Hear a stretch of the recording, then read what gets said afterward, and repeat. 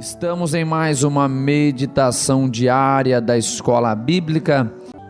O tema de hoje é: desejamos estar ante a face de Deus. A leitura está no livro de Salmos, número 42, versículos 1 e 2. Diz assim a palavra de Deus: como o servo brama pelas correntes das águas, assim suspira a minha alma por ti, ó Deus. A minha alma tem sede de ti, ó Deus, do Deus vivo. Quando entrarei e me apresentarei ante a face de Deus? Nós temos aqui, ouvinte, no Salmo 42, uma oração sincera, uma oração genuína, de alguém que clama, que deseja a presença de Deus, mais do que tudo, mais do que qualquer outra coisa.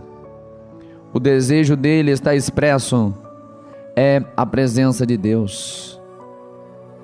Parece que o salmista está desanimado porque não pode fazer sua costumeira peregrinação ao templo. Parece que ele está morando ao norte da Palestina, onde está constantemente assediado por inimigos que não partilharam do seu anseio pela presença divina. Ele anseia estar na presença de Deus, mas ele não pode estar naquele momento. Todo este poema expresso no Salmo 42, como também no Salmo 43, mostra que constantemente há um anseio de esperança pela presença de Deus. O quadro de uma tímida corça a suspirar audivelmente por causa da sede extrema, vividamente expressa o senso intenso e requeirante da necessidade experimentada pelo salmista. Ele conhece a presença de Deus, ele sabe o que é estar na presença de Deus. Por isso, ele deseja de todo o seu coração, tal como a corça, o servo, deseja pela água, estando sedento num deserto. Seu desejo de aproximar-se do Deus vivo, que é fonte da água viva, é inseparável do hábito relembrado de subir ao santuário. Para ele, esta água viva da presença de Deus está na presença de Deus. Entendendo que, neste contexto da antiga aliança, estar na presença de Deus era estar no templo, era estar no santuário. Então ele está pedindo justamente isso, que ele possa novamente estar no templo adorando a Deus, de onde jorra a água viva para sustentar, para refrescar a sua alma. A repetição do nome Elohim, Deus, demonstra que o anseio é justamente pela comunhão com o próprio Deus e não por outra coisa. Esse desejo, cuja força é evidente devido à perda do apetite e às lágrimas frequentes, tem sido intensificado pelas observações céticas de outros homens, ou dos seus inimigos, ou seus companheiros, nos quais amarelos acontecimentos provocaram a perda da fé. Os seus novos conhecidos no exílio, que simpatizam com a sua perda, mas lamentam pelo fato de ele confiar em Deus, o qual, segundo pensam eles, se existe realmente, é incapaz de socorrê-lo. Mas ele persiste expressando que ele deseja a presença de Deus. Por ti, ó Deus, suspira a minha alma, anseia, anela. Minha alma não quer outra coisa.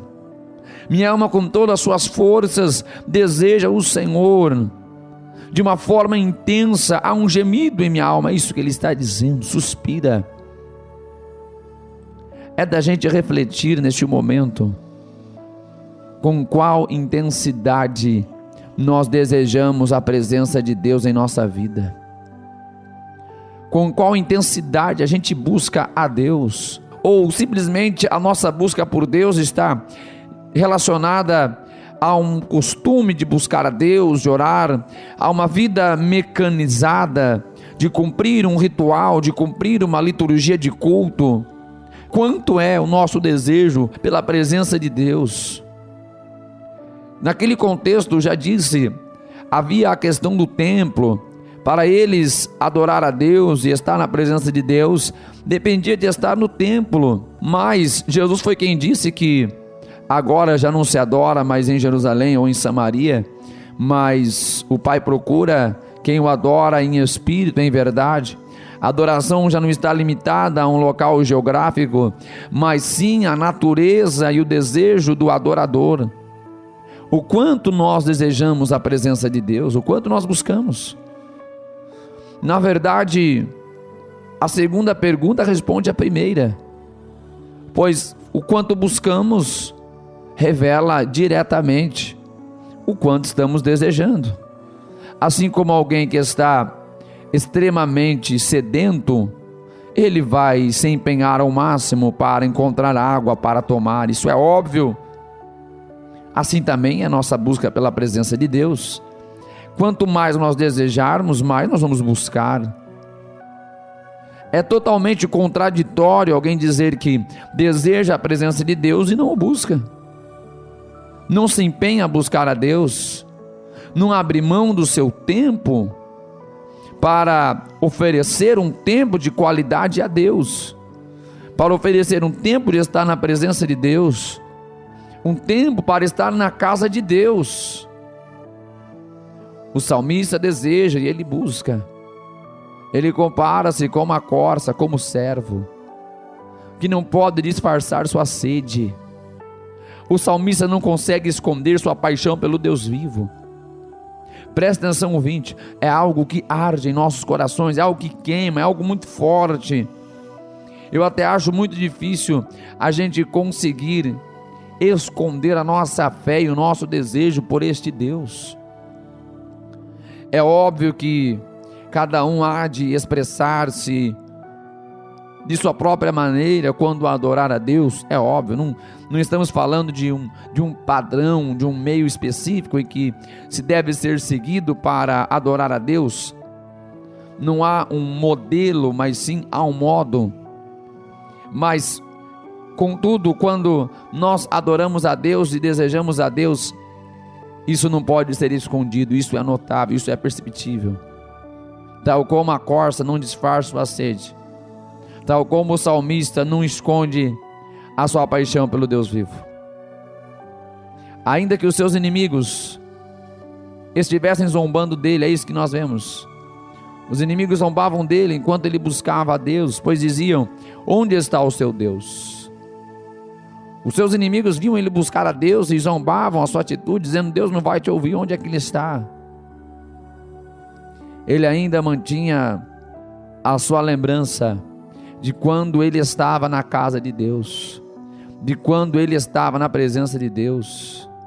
A coisa mais difícil para ele suportar não era a zombaria, mas a lembrança dos dias quando era capaz de conduzir peregrinos às grandes festas em Jerusalém, no templo do Senhor.